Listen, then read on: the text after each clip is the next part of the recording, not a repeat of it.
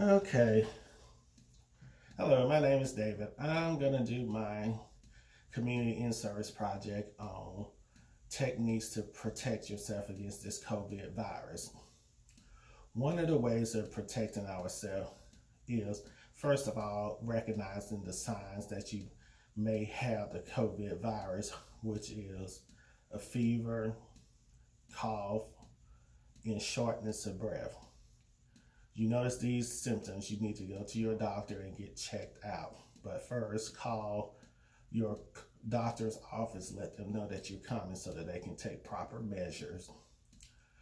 And then also, once you get done with the doctor, go home. Don't go to work and spread whatever illness you have to your coworkers.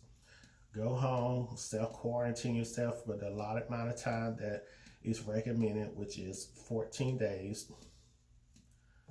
And the easiest way of all to make sure you don't transmit this virus would be proper hand washing. So I'm going to demonstrate the proper technique of washing your hands, and this should take no more than 20 seconds to perform.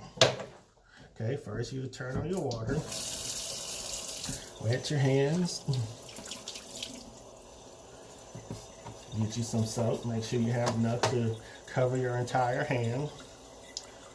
Start with the palms, just work the soap around the palm of your hand, then do the top of your hands while interlocking your fingers.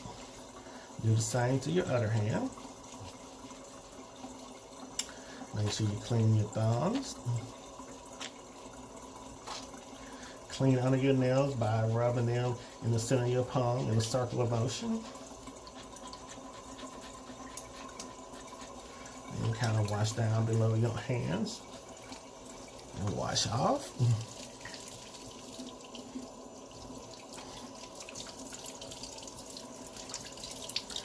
There you go.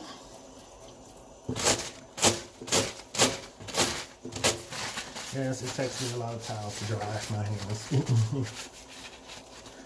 Okay. Once your hands are good and dry, you will then use the paper towel to turn the water off. And you're done. See, easy peasy. That didn't take no more than 20 seconds. Okay, so when you're out and about and you're not able to get to a faucet to wash your hands or a sink to wash your hands, just make sure you carry with you some hand sanitizer. So, like when you get back in your vehicle, you can just take some hand sanitizer. I usually do like a nickel size. Rub your hands and basically do the same steps as you would like you was washing your hands with soap and water. And you would just do this until the sanitizer completely dries and you're done. See, that's just as easy as can be.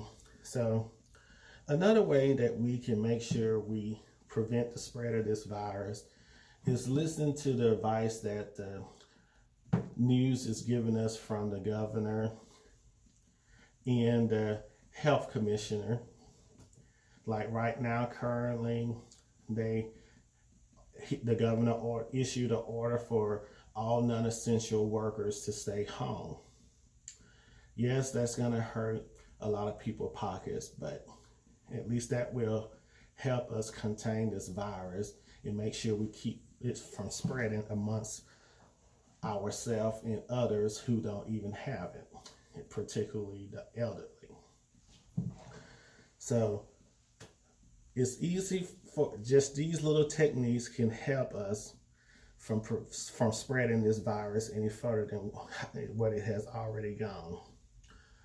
Also during this time, but let's talk about one more technique that you can use to help prevent the spread of this virus, and that would be social distancing, which is staying 6 feet away from a person, and limiting yourself in a group of no more than 10 for a short period of time. And also using our cell phone to help stop the spread of the virus. Just think about it. We use our phones to keep in contact with each other all the time throughout the year through texting, video chat. So why not use it now to help us contain this virus? We can still keep in contact with each other like we've been doing by actually, for once, using this phone to actually help stop the spread of this virus. Also, during this crisis, we also need to keep in mind about family members and friends and neighbors that have a history of suicide attempts, suicidal thoughts, depression, and substance abuse. Because one of the main triggers for these individuals will be loneliness and boredom.